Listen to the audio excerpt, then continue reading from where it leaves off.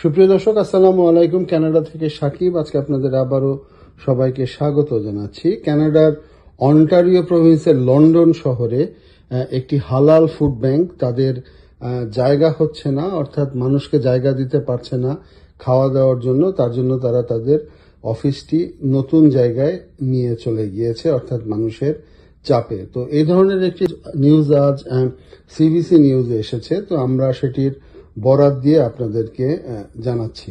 তো যেটা হচ্ছে যে 2019 সালে অন্টারিও প্রভিন্সের লন্ডন শহরে হালাল ফুড ব্যাংক কানাডা নামে লন্ডনের বাসিন্দাদের উপরে, যারা মুসলিম বাসিন্দা রয়েছে তাদের জন্য এই হালাল ফুড ব্যাংকটি চালু করে এবং বর্তমানে তাদের 1200 ক্লায়েন্ট রয়েছে এবং এই 1200 ক্লায়েন্টের মধ্যে যারা 400 পরিবার, অর্থাৎ 400 পরিবার 1200 ক্লায়েন্ট রয়েছে।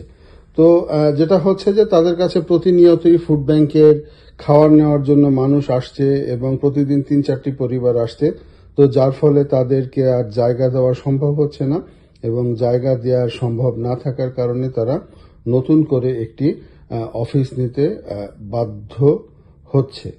তো এই হচ্ছে অবস্থা। এবং যেটা হচ্ছে গিয়ে যে লন্ডন অন্টারিও একটি ছোট শহর ছিল, এখন এর জনসংখ্যা প্রায় 5 লাখ ছুঁই।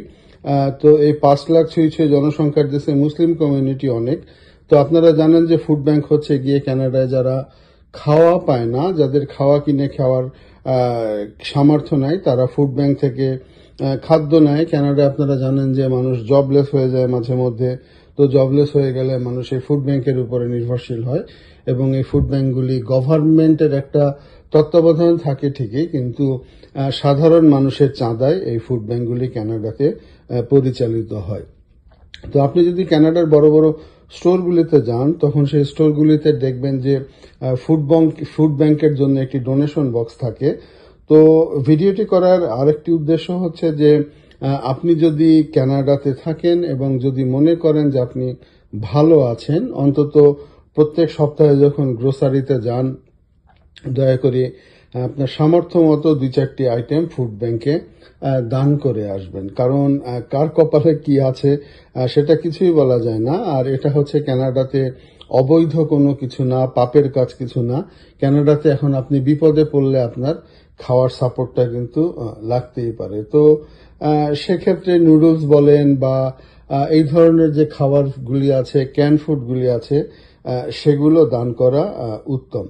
তো এই হচ্ছে অবস্থা। এখন এই অন্টারিওর হালাল ফুড ব্যাংকে হালাল চিকেন সহ তারা হালাল খাওয়ার খাদ্য দিয়ে থাকে।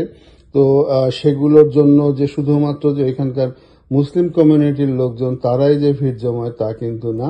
তো এর পাশাপাশি কিন্তু অমুসলিম যারা আছে তারাও কিন্তু ভিড় জমায়। অর্থাৎ হালাল ফুড ব্যাংক বলে যে সবই যে মুসলমানরা আসে, বিষয়টা আসলে সেরকম না। তো এই হচ্ছে অবস্থা। কানাডার জব মার্কেট এই মুহূর্তে মোটেও স্থিতিশীল না, বিভিন্ন কারণের মধ্যে অন্যতম একটি কারণ হচ্ছে যে আমেরিকার ট্যারিফ নীতি। তো সেই আমেরিকার ট্যারিফ নীতির কারণে আজকের এই অবস্থা এবং মানুষ ফুড ব্যাংক দিকে ধাবিত হচ্ছে।